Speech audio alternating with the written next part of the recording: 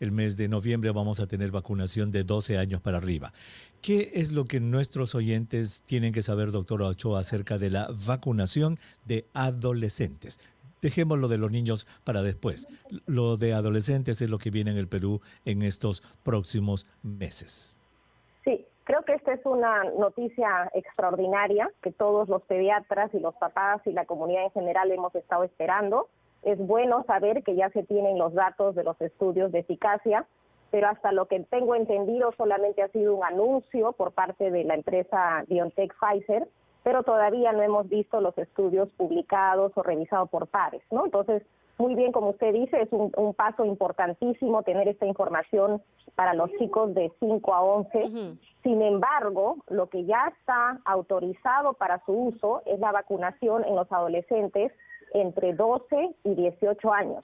Y ese es el gran esfuerzo que tenemos que tener en el país, de vacunar a esos adolescentes que ya contamos con las autorizaciones de la FDA y de otras entidades regulatorias. Los padres de familia se hacen varias preguntas, doctora. Por ejemplo, vacunas, ¿qué vacunas se van a usar en el Perú para vacunar a adolescentes entre 12 y 18 años? ¿Qué vacuna va a ser, número uno, y qué dosis? Sí, esa es una información importante. La vacuna que actualmente cuenta con autorización de emergencia para usar en adolescentes es la vacuna de Pfizer. Entonces, la que se debería usar a nivel nacional es la de Pfizer. Es cierto que ya ha salido una publicación con respecto al uso de la vacuna de Sinopharm, de estudios que se han realizado en niños y en adolescentes. Sin embargo, es importante resaltar que esos son estudios de fase 1 y de fase 2, donde se ha evaluado la seguridad y la respuesta inmunológica, es decir, qué tan bien los niños y los adolescentes producen los anticuerpos que protegen. Sin embargo, todavía no está el estudio de fase 3, que es el importantísimo para ver la eficacia, es decir, qué tanto protege la vacuna en los chiquitos con dosis que son adecuadas para la población de niños y de adolescentes. Entonces, doctora Ochoa, hasta el 20 de septiembre sabemos que solo Pfizer está autorizada en nuestro país. El doctor Huerta le había preguntado acerca de la dosis, si esta era diferente a la que se le inocula a los adultos, pero yo agregaría también, ¿es diferente la composición de la vacuna para los menores de 12 a 17 años? Ya. Para los adolescentes entre 12 y 18 años, la dosis es la misma y la vacuna es la misma. Para el caso de este anuncio que ha hecho Pfizer de los estudios que ya sabíamos que se venían haciendo y que efectivamente la primera parte, que es para los chicos más grandes, entre 5 y 11 años, han probado diferentes dosis y actualmente la que han anunciado es una dosis menor, pero de la misma vacuna, ¿no? En la dosis estándar, la de Pfizer, la que se usa en adolescentes y en adultos, es de 30 microgramos. La dosis que se ha probado en niños pequeños es de 10, ¿no? Y eso es importante resaltar porque los niños no son simplemente adultos pequeños, tienen toda una distribución diferente en su organismo de los medicamentos y por eso es importante probar dosis que sean adecuadas. Correcto, doctora Ochoa. Y anunciaron también de que los más pequeñitos de 6 meses a 5 años van a usar 3 en vez de 10, es decir, la décima parte. Pero usted ha dicho un punto importante y esto quizá tenga importancia en nuestro país, dado que de repente no vamos a tener dosis suficientes de Pfizer para vacunar a los adolescentes. El Ministerio de Salud de Chile, bajo la palabra del ministro de Salud de Chile, ellos ya empezaron a vacunar a niños pequeños con comorbilidades menores de 12 años. Y cuando le preguntaron, ¿y en qué se basan ustedes? Ellos dijeron, el estudio de fase 1 y 2 que ha publicado Sinopharm y la experiencia china. El ministro de Salud chileno dijo, a nosotros nos basta con la experiencia china para iniciar programa de vacunación de niños menores en nuestro país. ¿Se podría hacer algo similar en el Perú? Desde mi punto de vista muy personal, yo creería que no. O sea, yo de todas maneras preferiría que tengamos los resultados de los estudios de fase 3. Estamos hablando de vacunas que son nuevas, estamos hablando de vacunas que requieren un seguimiento. El estudio de fase 3 que ha salido de fase 1 y fase 2 de la vacuna de Sinopharm, los niños solamente han sido seguidos por por 90 días, inclusive un poquito menos de 90 días. Entonces es todavía, creo yo, muy prematuro para poder establecer una vacunación a nivel nacional. Sí. Y es más, para los niños que tienen comorbilidades, yo creo que de lo que está demostrado, la que se debería usar es la vacuna de Pfizer. Y quizá que deba corregirme, no es la vacuna de Sinopharm la que están usando Sinovac. en Chile, Sinovac. sino la de Sinovac. Coronavac, que es también una vacuna que no tiene estudios en Chile. Ellos no han hecho estudios en sus niños, están tomando la experiencia china. Tengo entendido por los colegas infectólogos que están en Chile, que ahí en Chile ellos han hecho estudios para medir títulos de anticuerpos usando la vacuna de Sinovac. Pero esos no son datos en niños, efectivamente, pero no son datos que los hayamos nosotros revisado o que estén publicados, revisados por pares. Entonces puede haber sido una experiencia propia en el país, pero no está publicado. Así como, por ejemplo, se presentaron casos raros al inicio de la inoculación con la Johnson & Johnson, por ejemplo, ¿no? De trombosis, eran casos raros. Se han presentado algunos casos con adversos en los estudios que se han hecho con menores entre 12 y 17 años. Le pido por favor me responda en un par de minutitos porque vamos a escuchar a los anunciantes y regresamos con esa información importantísima para los padres de familia.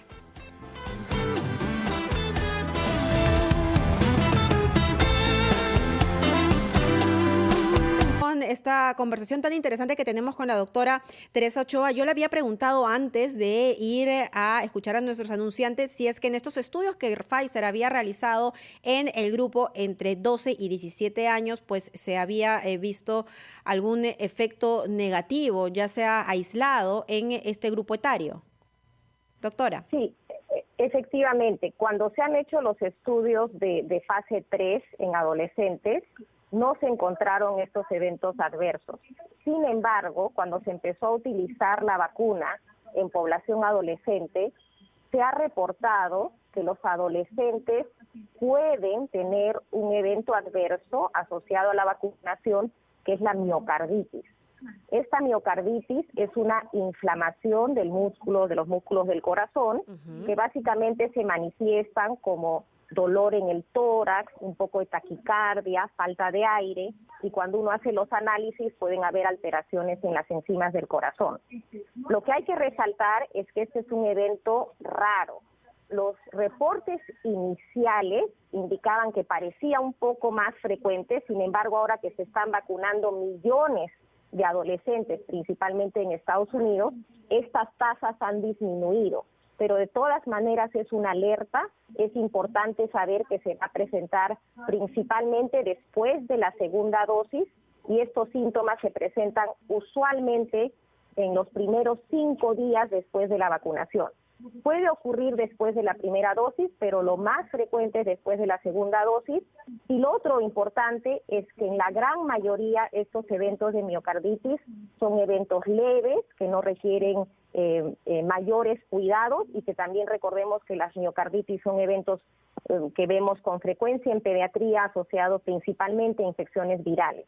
Entonces, sí hay que reportar, la población tiene que saber que es posible que se ocurran estos eventos, pero cuando uno evalúa el riesgo-beneficio, el beneficio de la vacunación está muy, muy por encima de estos potenciales riesgos, que es importante observarlos, reportarlos, la población debe estar atenta, pero el beneficio es mayor. Así es. Al respecto, Mabel, doctora, coincido completamente con lo que usted dice. En la primera semana de agosto, Mabel, se publicó un estudio sumamente importante que creo que nuestros padres de familia van a saber apreciarlo. Ante esta preocupación de la miocarditis, obviamente que papá quisiera que por una vacuna a su niño, a su niña, a su adolescente le dé una inflamación del corazón, se hizo un estudio muy grande aquí en Estados Unidos, en la universidad, en el estado de Ohio. Y lo que hicieron fue ver los registros hospitalarios, Mabel, de millones de casos en Estados Unidos durante los 12 meses de la pandemia, para buscar casos de miocarditis en la población general de los adolescentes. Y fíjate lo que encontraron. Lo que encontraron es que durante los primeros 12 meses de la pandemia, los varones adolescentes de 12 a 17 años tuvieron más probabilidad de desarrollar miocarditis dentro de los 3 meses posteriores a la contracción de COVID-19 que de la vacuna. Mira, si al adolescente, Mabel, le da COVID-19, mira, 450 adolescentes de cada millón se le inflama el corazón por la enfermedad, por COVID-19, 450 por millón. Y cuando fueron a analizar cuántos casos de miocarditis hubo en vacunados, se encontró que solamente fueron 67 por millón. Mucho menos. Entonces, los autores concluyen de que la posibilidad que te dé miocarditis por la enfermedad es 6 veces mayor que la posibilidad que te dé miocarditis por la vacuna. Por lo que dijo la doctora Ochoa, el beneficio de la vacuna es mucho más grande que el riesgo. Es importante que los padres de familia tengan todas las cartas puestas sobre la mesa, ¿no? Porque hay temor, sin duda. Ahora, ¿qué se sabe? Y ya vamos entrando a otro rango de edad que todavía no está permitido en nuestro país, que son los menores de 12 años. En los estudios que se están haciendo, ¿se conoce algún efecto secundario? Por lo que publicó esta mañana el comunicado de prensa de Pfizer, dice que es exactamente igual a la de los adultos. Dolor en el hombro, un poco de fiebre, dolor de cabeza, y en esta serie de 2.500 casos en niños de 5 a 11 años, de acuerdo al comunicado de prensa de Pfizer, no se ha presentado ningún caso de inflamación del corazón. Doctora Ochoa, no sé si quiere agregar algo.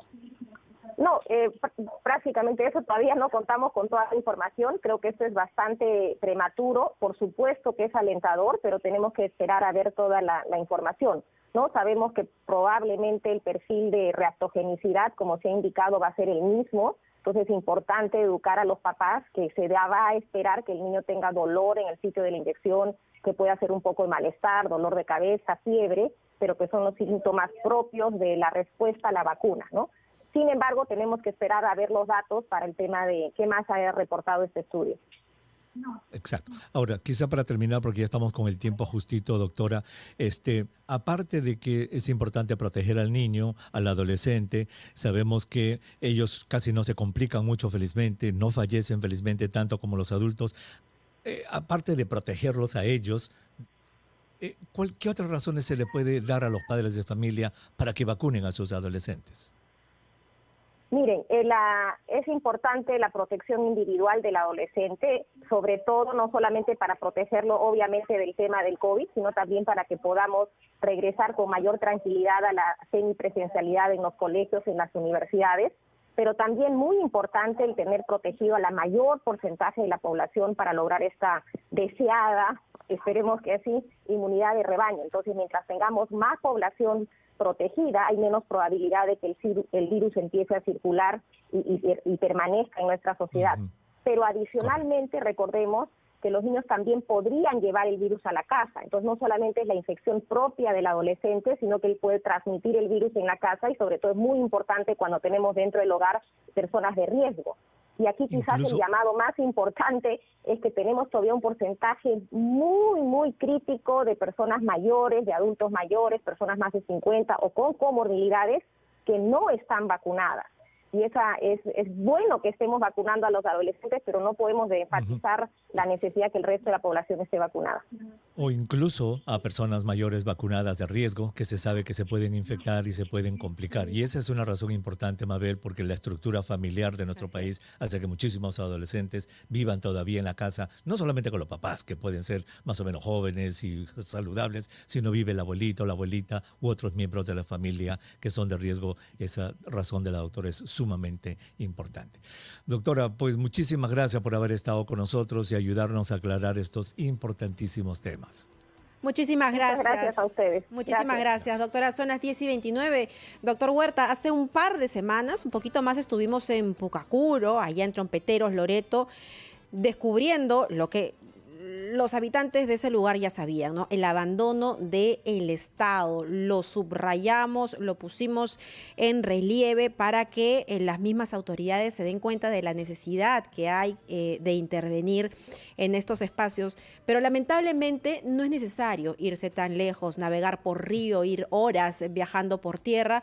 Aquí nomás, en San Juan del Lurigancho, el distrito más poblado de la capital, también tiene muchísimas carencias. Vamos a regresar con nuestra cobertura de Te Escuchamos Perú para conocer precisamente cuáles son esas carencias. Volvemos.